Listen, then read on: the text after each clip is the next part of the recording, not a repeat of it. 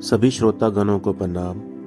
ये तो हम सब जानते ही हैं कि भगवान सब में विराजमान हैं, लेकिन भगवान भी अलग अलग रूप धारण करके अपने भक्तों की परीक्षा लेते रहते हैं। फिर वो चाहे गरीब और लाचार इंसान के रूप में, भिखारी के रूप में, भूखे बच्चे या फिर एक कुत्ते के रूप में भी हो सकते हैं।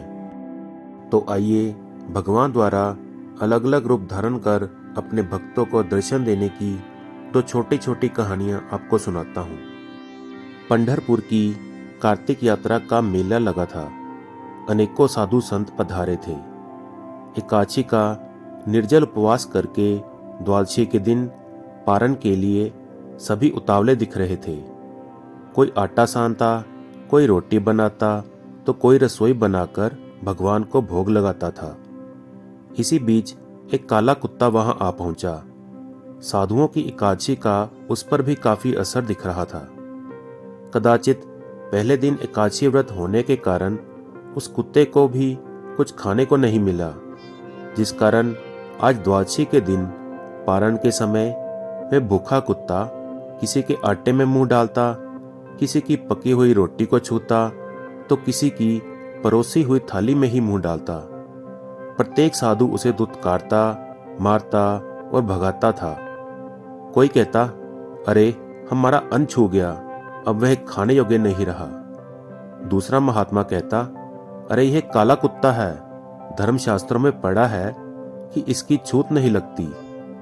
चारों ओर से तिरस्कृत कुत्ता नामदेव के पास आया और उनकी सेकी हुई रोटी लेकर भागा।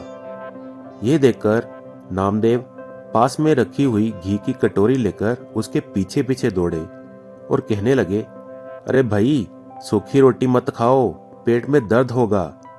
यह घी है, इसमें रोटी चुपड़ कर देता हूं, फिर खाओ। नामदेव जी घी चुपड़कर अपने हाथों से उसे रोटी खिलाने लगे। सभी साधु महात्मा नामदेव की करनी पर हंसने लगे और कहने लगे, अरे नामदेव तो पागल हो गया है। पर नामदेव ने उनकी जरा भी परवाह नहीं की। अंत में पेट भर जाने के बाद श्वान ने मनुष्यवाणी में नामदेव से कहा, नामदेव, सचमुच तुम्हारी सभी प्राणियों में समान दृष्टि है। यहाँ जुटे हुए इन महात्माओं की अभी विषम दृष्टि मिटी नहीं, पर तुमने सर्वत्र सम दृष्टि रखने का मेरा आदेश अपने अंतर्मन में भर लिया। यह कहकर श्वान रूप भगवान अंतर ध्यान हो गए।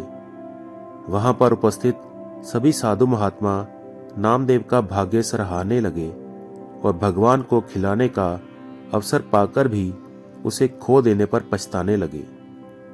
इसी प्रकार एक छोटी सी कहानी और सुनाता हूं, जिसमें भगवान अलग अलग रूप धारण करके आते हैं। नर सेवा ही नारायण सेवा है। एक समय मोची का काम करने वाले व्यक्ति को रात में भगवान ने सपना दिया और कहा कि कल सुबह मैं तुझसे मिलने तेरी दुकान पर आऊंगा। मोची की दुकान काफी छोटी थी और उसकी आमदनी भी काफी सीमित थी। खाना खाने के बर्तन भी थोड़े से थे। इसके बावजूद वो अपनी जिंदगी से खुश रहता था। एक सच्चा, ईमानदार और परोपकार करने वाला इंसान था। इसलिए ईश्वर ने उसकी परीक्षा लेने का निर्णय लिया। मोची ने सुबह उठते ही तैयारी शुरू कर दी। भगवान को चाय पिलाने के लिए दूध, चाय पत्ती और नाश्ते के लिए मिठाई ले आया। दुकान को साफ कर वह भगवान का इंतजार करने लगा। उस दिन सुबह से ही भारी बारिश हो रही थी। थोड़ी देर में उसने देखा कि एक सफाई करने वाली बारिश के पानी में भीगकर ठिठुर रही है।